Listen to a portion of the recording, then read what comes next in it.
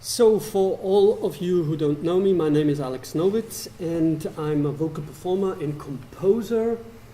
And at the moment, for the last 2 years now, I'm lucky to go through the process of achieving a PhD with an artistic research project. And the preliminary title of that project is called the Multi-Vocal Voice, Mapping the Terrain for the Contemporary Performance Voice. And what I'm interested in is, or what I'm fascinated with, is the whole potentiality that the voice is able to express. And that is something I've been exploring the last 25 years as a vocal performer on one hand, playing in diverse ensembles, but also creating own solo formats and trying to extend the voice. But also that's something I'm trying to apply in my compositions for other vocal performers as well. This is one of those solo shows. It's like 45 minutes long and it involves surround sound as well. This is a show that I did in Stockholm last year and in Potsdam, Germany. Tongs stands for the virtuosity of the voice. Ghosts stand for the disembodied voice, meaning the voice that comes out of the loudspeaker and that is played back by the computer. And it was since 2007 when I first came to STIM, the Studio for Electro-Instrumental Music in Amsterdam, where I was given 2 Wii controllers. And I experimented with simple patches with those and realized that there is a lot of potential in actually simply recording the voice and playing it back in real time and confronting the natural live voice with the disembodied virtual counterpart. And that is something I'm since then concerned with or occupied with, about the merging of the 2 voices, so to speak. Then from 2010 to 2012, we again at STIM developed the so-called Symposium, a gesture-controlled live electronic instrument. Some of you told me that you have seen me presenting that on NIME in Oslo. That was the prototype of that instrument. And yesterday you saw, if you have been here, you saw this is the original version in wood. And yesterday I used the backup version, which is built out of which is an assemblage out of 3D prints. Strophonion is a neologism created out of strophe, the 3 Greek syllables. Strophe means rotating, twisting, bending, and that refers to the right hand movements, which are about rotating, turning, twisting. Phone means voice and sound, and that's what is in the center of the instrument. That's the actual natural live voice. And ion means on one hand electrical charge, but it is also the attempt to allude to the way an accordion is played, and that refers to the left-hand vocabulary I'm applying, which is basically that kind of movement.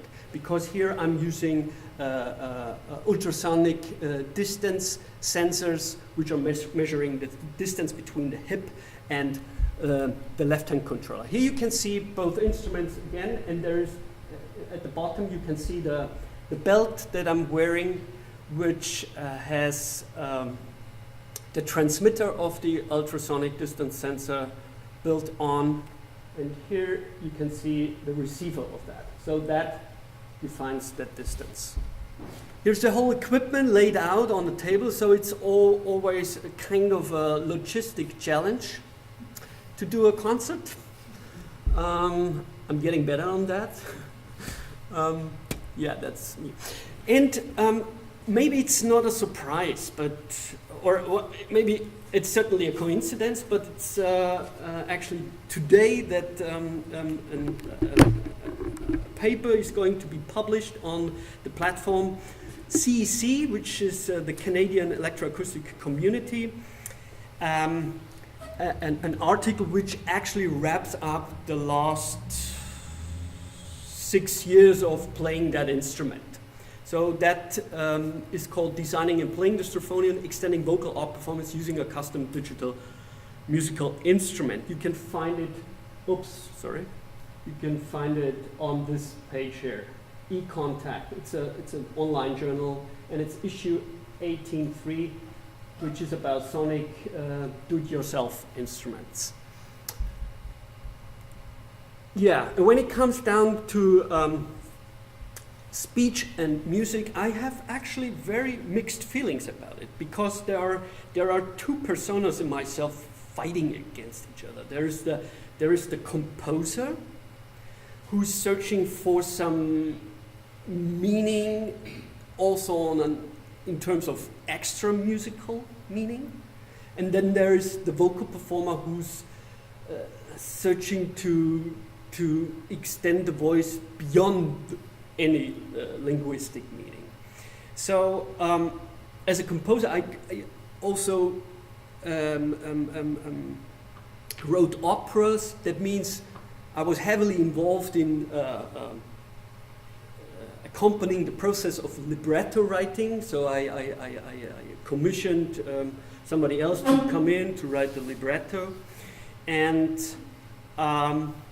but that is for one specific reason. For the first opera, for instance, called Die Bestmann-Oper, the Best Man's Opera, you could translate it, was a historical-political work.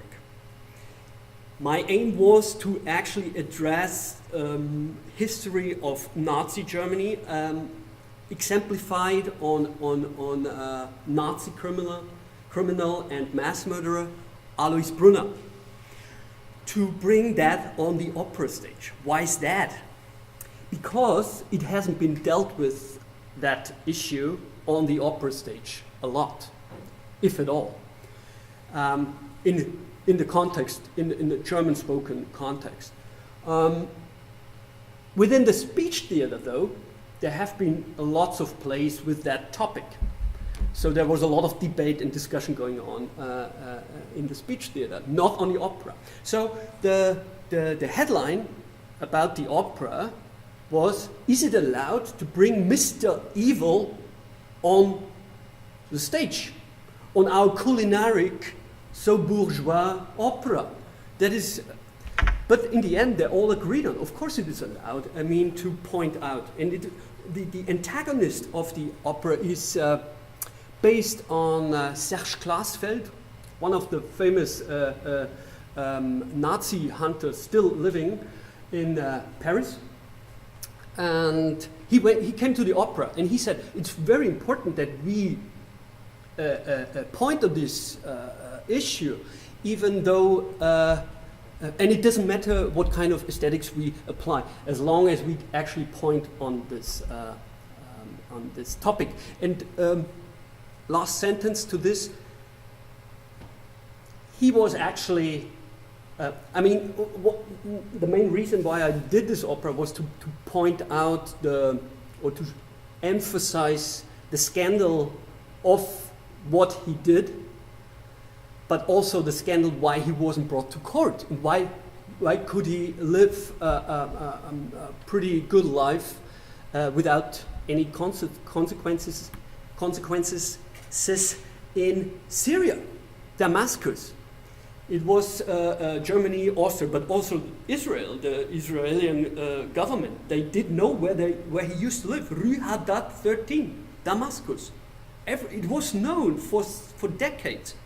But Syria was protecting him, and at the same time denying his existence. It was the father, it was the Assad regime, the father of the contemporary dictator Nowitz. So, long story short, there are things I have to convey somehow, and if it needs to be that kind of stage, in that case the opera stage, I choose that stage.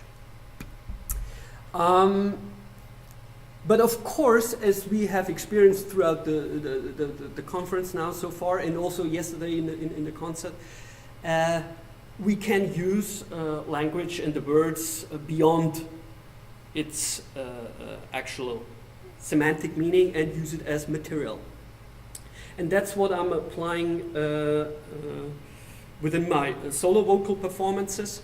And what interests me a lot is when applying sampling techniques, that's the predominant technique that I'm using, is to actually extract the voice and insert it in the actual course of the performance act again. It's a technique of constant extracting, inserting. And it's a constant negotiation between the live voice and the disembodied voice. And I don't know where I'm getting at this with this performance practice, but it's something I'm very intrigued and fascinated to work on this edge. To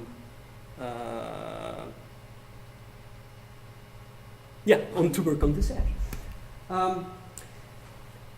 But what I'm concerned with is to find out what is actually the ground I'm working on, and I, as a vocal performer. And for the contemporary performance voice, I think there are actually 4 categories.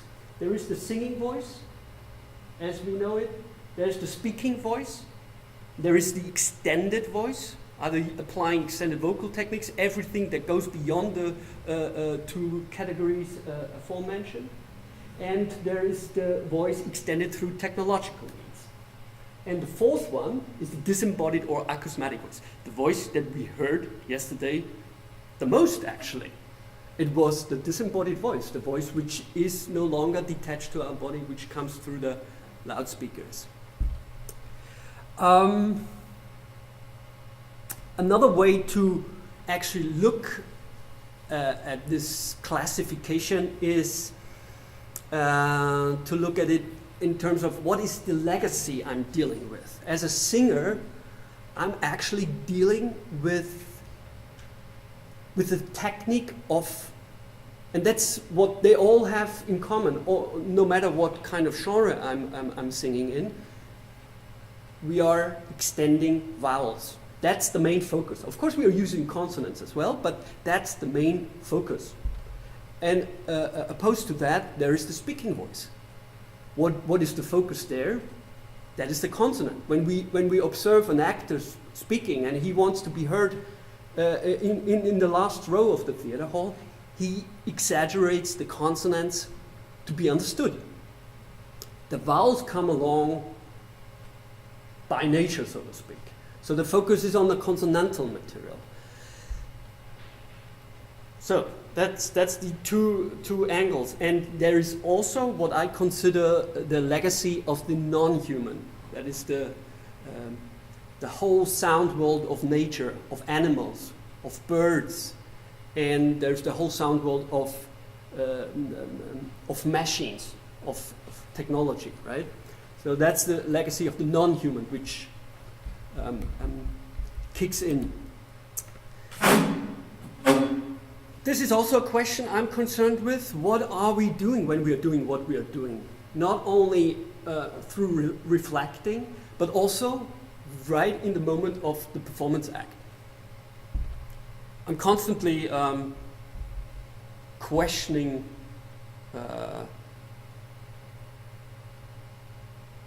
the whole act of, the whole performance act, actually. Let me give you an example. How much time did we have so far? Let me give you an example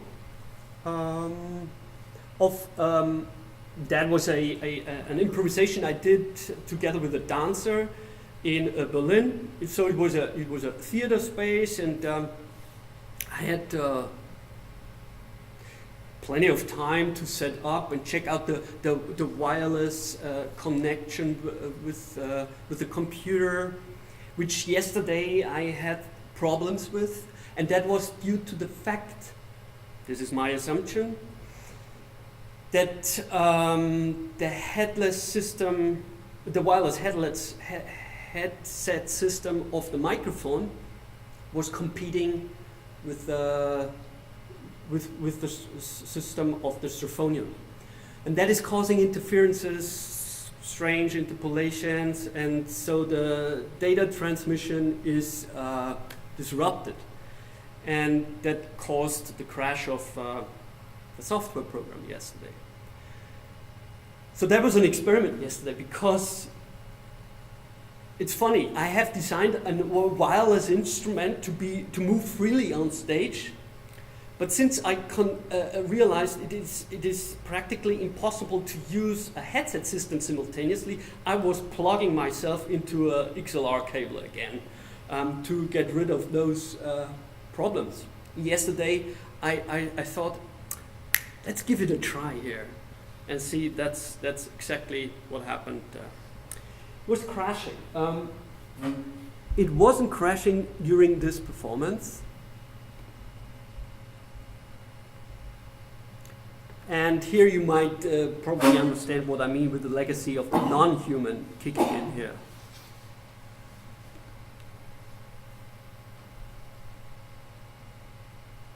Oops. Is it? Let's start again, because it's important to understand what's happening.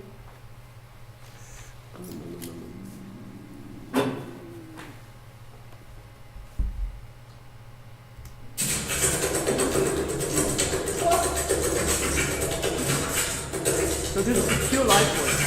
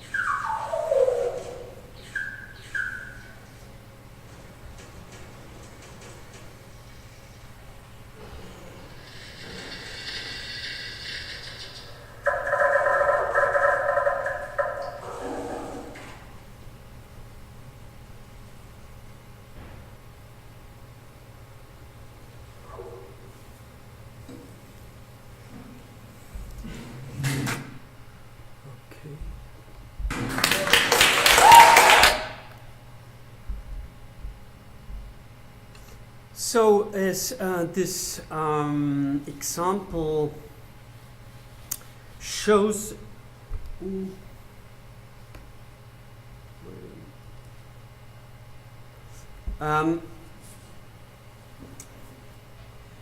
so the whole piece was done by the material of the live voice, which I recorded into the sample buffer, and that I was playing with throughout the whole piece in different variations. What I'm very much interested in is in very small bits of voice sounds. So sometimes I'm recording the voice and for milliseconds only, producing simultaneously sounds with the voice, and then recording the sum of that again,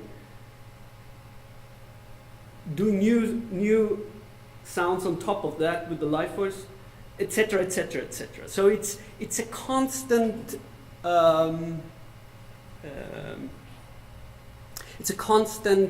act of you become a momentary sound researcher in that moment, and that opens up to a space of listening to the listening, for me as a performer, but also for the audience. Now, what I'm trying to achieve through those performances is to bridge the gap once we disembody the voice in the process of putting it away from us. Something is missing, at least for the visual moment during the performance, and I try to bridge that gap through the actual body work, through the actual extremities, through hands, actually the whole body. And this is what I call Klangtanz, sound dance, if you want to translate it into English. At the beginning, it was the sound which actually created the vocabulary of movements. In the meantime, I worked with a choreographer because I didn't like the actual outcome of my performances. When I was playing just as a musician, static on at one spot, it can create a great piece of music. But I was trying to, as I said, to bridge the gap between how to perform the disembodied voice. So I invited a choreographer to work with, and to allow also choreographical elements to enter the performance. And so it's now, I'm approaching the performance from both ends. So it's sonically and musically driven, but also performance and movement driven. Yesterday you experienced the first attempt to this piece, Orpheus Meditation, which is a meditation on the myth of Orpheus. And this is actually, within Western culture, the first appearance of the disembodied voice. Orpheus' ending allegedly he was decapitated, but the head rolling was still singing. A surreal image of the disembodied voice. Maybe that's a good point to end here. Thank you for your attention.